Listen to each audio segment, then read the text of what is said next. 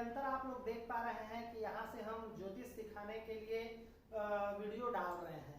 हमने नक्षत्रों को समझा, राशियों को जाना और ग्रहों को अब सीख रहे हैं। मित्रों, मैं सोचता हूँ कि ये तो जो सिखाने का क्रम है ये तो निरंतर चलता रहेगा, लेकिन यदि बीच बीच में कुंडली विश्लेषण भी यदि किया जाए तो निश्चित रूप से आप लोगों की रुचि बनी रहेगी और जिन मित्रों को ज्योतिष के बारे में यदि थोड़ी बहुत जानकारी हो तो वो और अच्छी तरह से सीख पाएंगे, उनके मन का संशय निश्चित रूप से दूर होगा। क्योंकि हम यहाँ से अपने मन की कोई भी बात आपके बीच नहीं रखना चाहते। हम जो भी नियम बताते हैं वो हमारे शास्त्रों से लिया हुआ है और जो शास्त्रों में जो वर्णित है ऐसे नियमों को लेकर के हम कुंडली विश्लेषण आपके लिए करते हैं। और ज्योतिष को किसी प्रमाण की आवश्यकता नहीं है। ज्योतिष में किसी प्रश्न के उत्तर को जानना सागर में सुई ढूंढने के समान है। लेकिन यदि हम शास्त्रोक्त विधि से एक एक सिद्धांतों का सही तरह से उपयोग करके यदि किसी प्रश्नों का आंसर जानना चाहे तो निश्चित रूप से प्रत्येक प्रश्न का उत्तर बहुत सटीक हम सबके सामने जो है उपस्थित होता है।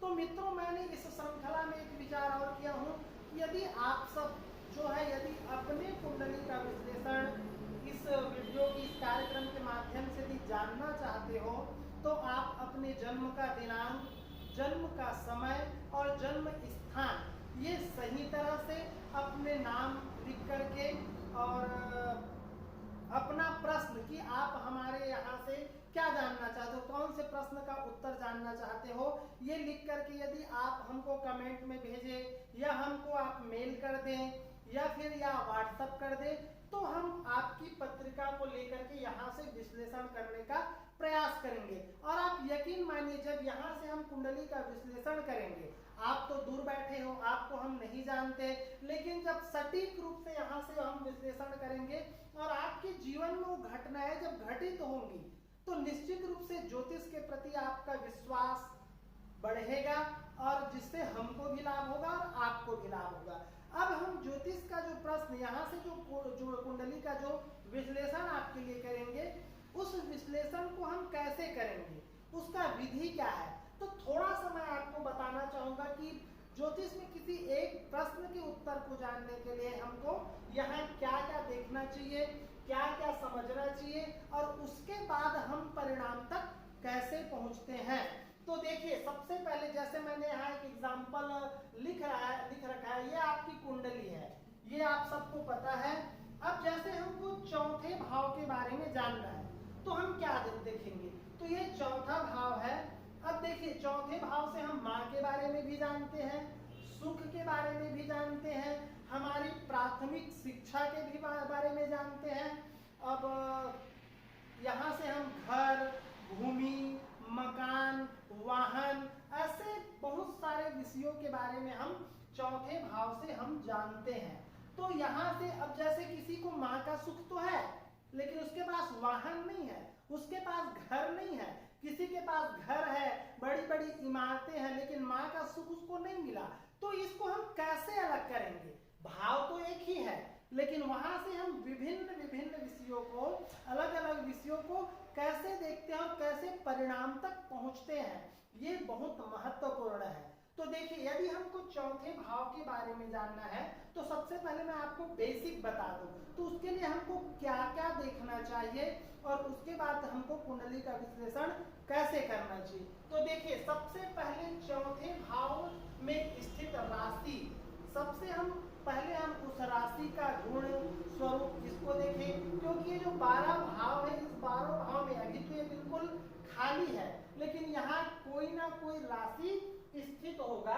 अब उसको हम कैसे समझेंगे, तो यहाँ मैं आपको बताना चाहूंगा, यहाँ जो है जो अंक लिखा होता है। अब जैसे यहाँ यदि चौथे भाव में यदि 6 लिखा तो हम जानेंगे कि यहाँ कन्या राशि है। जैसे यहाँ 6 न लिख करके यदि 1 लिखा हो तो हम समझेंगे मेष राशि है। यहाँ जैसे 10 लिखा हो तो हम समझेंगे कि मकर राशि है। तो प्रत्येक 12 भाव में अलग अलग राशि स्थित होता है।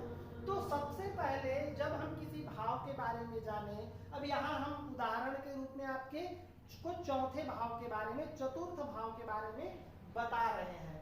तो चौथे भाव में कौन सी राशि है, उसका गुण स्वरूप क्या है, जड़ राशि है, स्थिर राशि है, द्विस्वभाव राशि है, कौन से तत्व की राशि है, कौन से दोष की राशि है, कौन से वर्ण की राशि है, अग्नि है, जल है, पृथ्वी है, वायु है, ब्राह्मण, शूद्र, वैश्य, क्षत्रिय क्या है, तो इसको बहुत अच्छी तरह से समझने की आवश्यकता है।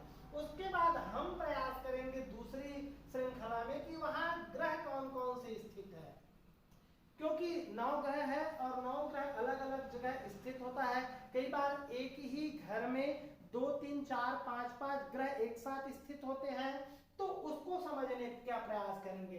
तो यहाँ यदि कोई ग्रह है तो वो ग्रह कहाँ का स्वामी है, क्या छठे, 8वें, 12वें का स्वामी है या त्रिकोण का स्वामी है, यहाँ लग्नेश आकर के बैठा हुआ है या अष्टमेश आकर के बैठा हुआ है। तो वहां स्थित ग्रह को बहुत अच्छी तरह से देखने की आवश्यकता होती है। अच्छा, अब उसके बाद हम देखेंगे कि कौन से ग्रह की वहां दृष्टि है। अब जैसे यहाँ यदि शनि बैठा हुआ है तो शनि की तीसरी दृष्टि यहाँ आ जाएगी, 1, 2, 3। जैसे यहाँ मंगल बैठा हुआ है तो मंगल की 7वीं और 8वीं दृष्टि यहाँ आ जाएगी। तो उस भाव को शुभ ग्रह देख रहा है, अशुभ ग्रह देख रहा है, ये सब चीजों को बहुत अच्छी तरह समझने की आवश्यकता है। उसके बाद हम देखेंगे चतुर्थ भाव का स्वामी। अब जैसे ये चतुर्थ भाव में जैसे यहाँ 8 लिखा हुआ है, तो 8 में जो है वृश्चिक राशि आती है, तो वृश्चिक राशि का जो स्वामी होता है वो चतुर्थेश कहा जाएगा, चतुर्थ भाव का स्वामी कहा जाएगा, वो मंगल बनता है। तो मंगल इन 12 भावों में कहाँ बैठा हुआ है, जैसे लग्न में बैठा हुआ है कि नवम में बैठा हुआ है कि छठे, 8वें, 12वें में गया हुआ है, और उस ग्रह का, उसके स्वामी का किन किन ग्रहों के साथ संबंध बन रहा है, इसको देख करके हम परिणाम की ओर आगे बढ़ेंगे। फिर उसके बाद देखते हैं कर्तरी। तो कर्तरी का मतलब होता है, अब कर्तरी में हम भाव को भी लेंगे और भावेश को भी लेंगे।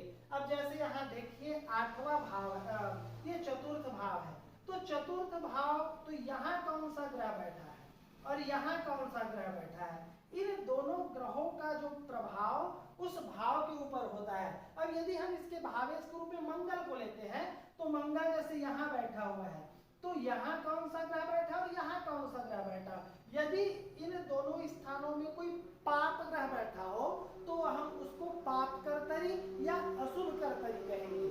यदि यहाँ इन दोनों स्थानों में शुभ ग्रह बैठा हो तो उसको हम शुभ कर्तरी कहेंगे। शुभ कर्तरी का परिणाम बहुत अच्छा माना जाता है और अशुभ कर्तरी का परिणाम बुरा माना जाता है। उसके बाद हम यहाँ देखेंगे कारक। अब कारक भी 2 प्रकार के होते हैं, स्थिर कारक और चर कारक। इसको मैं आपको थोड़ा सा समझाने का प्रयास करूंगा।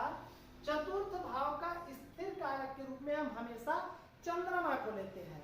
तो इन चंद्रमा की स्थिति इस पूरे कुंडली में कहाँ है, चंद्रमा क्या छठे, 8वें, 12वें बैठा है कि त्रिकोण में बैठा है कि केंद्र में बैठा है। ये चारों भाव जो है केंद्र के भाव है, 1, 2, 3, 4, ये तो केंद्र में बैठा है। और अलग अलग स्थान में बैठने का अलग अलग परिणाम हमको प्राप्त होगा।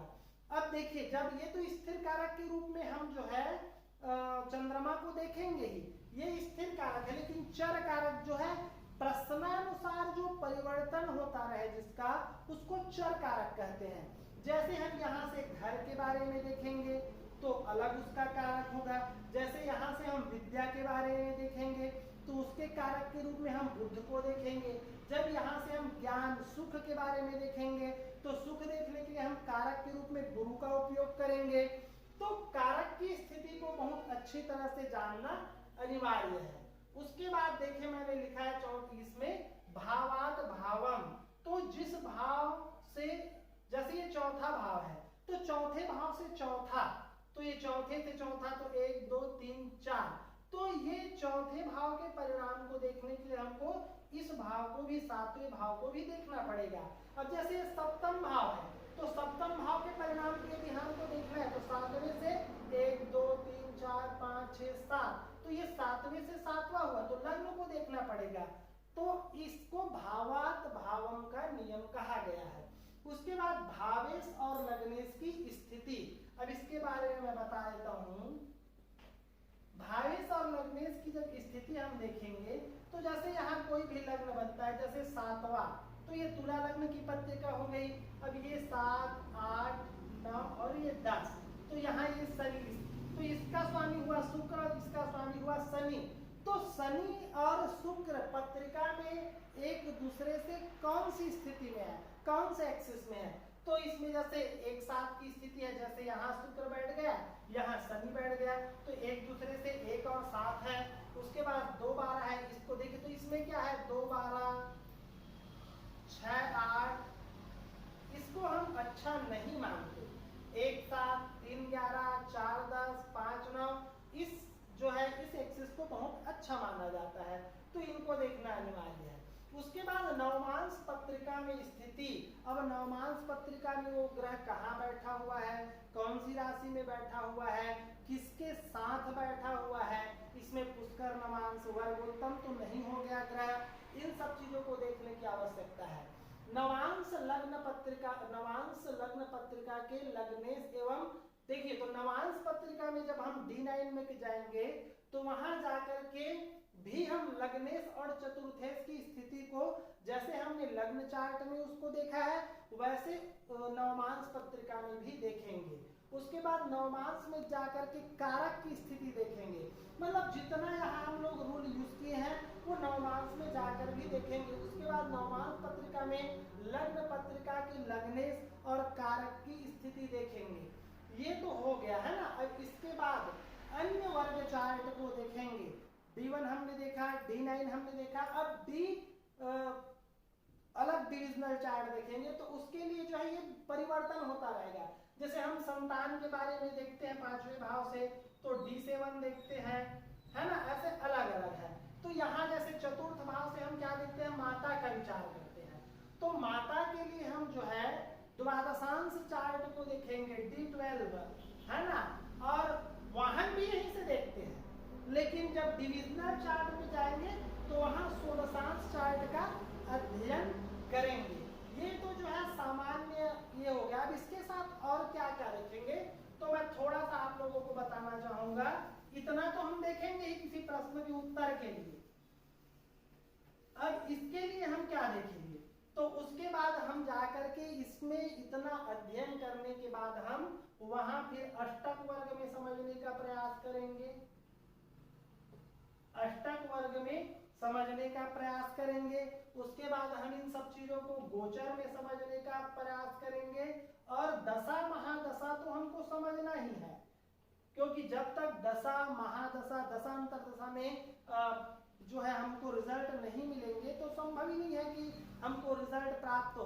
तो इतना देखने के बाद दशा अंतरदशा में जाकर के कौन से ग्रह की दशा है, कौन से ग्रह की अंतरदशा है, महादशानाथ और अंतरदशानाथ की एक दूसरे से स्थिति क्या है, क्या वो चतुर्थ भाव में स्थित है या उसको देख रहा है, या उसके भावेश को देख रहा है, या उसके भावेश के ऊपर के साथ स्थित है, तभी वो चतुर्थ भाव का फल करेगा। अब जब दशा अंतरदशानाथ से हमको रिजल्ट प्राप्त होगा तो उसको हम जाकर के गोचर में जांच करेंगे, क्योंकि गोचर होता है हमेशा एक डाकिये का काम करता है। गोचर अपने आप में कुछ नहीं है, लेकिन यदि गोचर उस भाव के परिणाम के लिए अगर सही स्थिति नहीं है तो वो दशा अंतरदशा नाथ मिलने के बाद भी वो परिणाम हम तक नहीं पहुंच पाता। तो इसके लिए गोचर में कई प्रकार की गोचर है, जैसे उसमें महादशा का गोचर क्या है, अंतरदशा नाथ का गोचर क्या है, चंद्रमा से गोचर क्या है, और किसी विशेष प्रश्न को हल करने के लिए अलग अलग ग्रहों से गोचर को देखने का विधान है। जैसे हमको यदि गवर्नमेंट सरकार से संबंधित कोई कार्य है तो हम सूर्य से गोचर देखेंगे, हमको रोजमर्रा की कोई जिंदगी दैनिक चर्या को देखना है तो चंद्रमा से गोचर को देखेंगे, और इन सब चीजों को देखने के बाद फिर जो है हम आप तक परिणाम को लाते हैं कि आपके प्रश्न का उत्तर क्या होगा, शुभ होगा, अशुभ होगा, अच्छा होगा, बुरा होगा, कब इस परिणाम हमको मिल सकता है, कब इससे संबंधित कोई बुरा परिणाम हम तक आ सकता है, अच्छा परिणाम आ सकता है।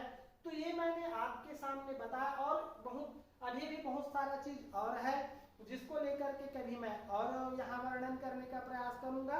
तो आप सबसे निवेदन है, यदि आप अपने प्रश्न का उत्तर ज्योतिष के माध्यम से जानते हैं, से चाहते हैं, तो आप निश्चित रूप से अपने प्रश्न के सहित अपना जो है जन्म दिनांक, जन्म का समय और जन्म का स्थान, ये सही, क्योंकि आप गलत जानकारी यदि हम तक भेजेंगे तो हम सही परिणाम तक नहीं पहुंच पाएंगे। और आप भेजिए अपना नाम और अपना प्रश्न लेकर के। यदि आप चाहते हैं कि हम यहाँ से आपका नाम न ले, तो हम सिर्फ यहाँ आपकी कुंडली लगाएंगे, आपके नाम और पता को यहाँ गोपनीय रखा जाएगा। और यदि आप चाहते हैं कि यहाँ से आपका नाम आदि भी लिया जाए, तो आपके नाम के सहित हम जो है कुंडली का आपका विश्लेषण करने का प्रयास करेंगे और आपके प्रश्नों को बिल्कुल शास्त्रोक्त तरीके से, जो हमारे शास्त्रों में बताया गया है, जो हमारे ऋषि मुनियों के द्वारा जो सिद्धांत दिए गए हैं, उन सिद्धांत का उपयोग करके हम आप तक रिजल्ट पहुंचाने का प्रयास करेंगे। और हम आशा करेंगे कि यदि हमारे द्वारा दिया हुआ जानकारी आपको अच्छा लगता हो तो चैनल को सब्सक्राइब करिए, औरों तक भी शेयर करिए। और यदि आपके मन में कोई प्रश्न हो तो हमें आप निश्चित रूप से संपर्क करिए, मेल आदि करिए, व्हाट्सएप करिए, कमेंट करिए। तो तब तक के लिए जय श्री कृष्ण, फिर आगे और मिलते हैं।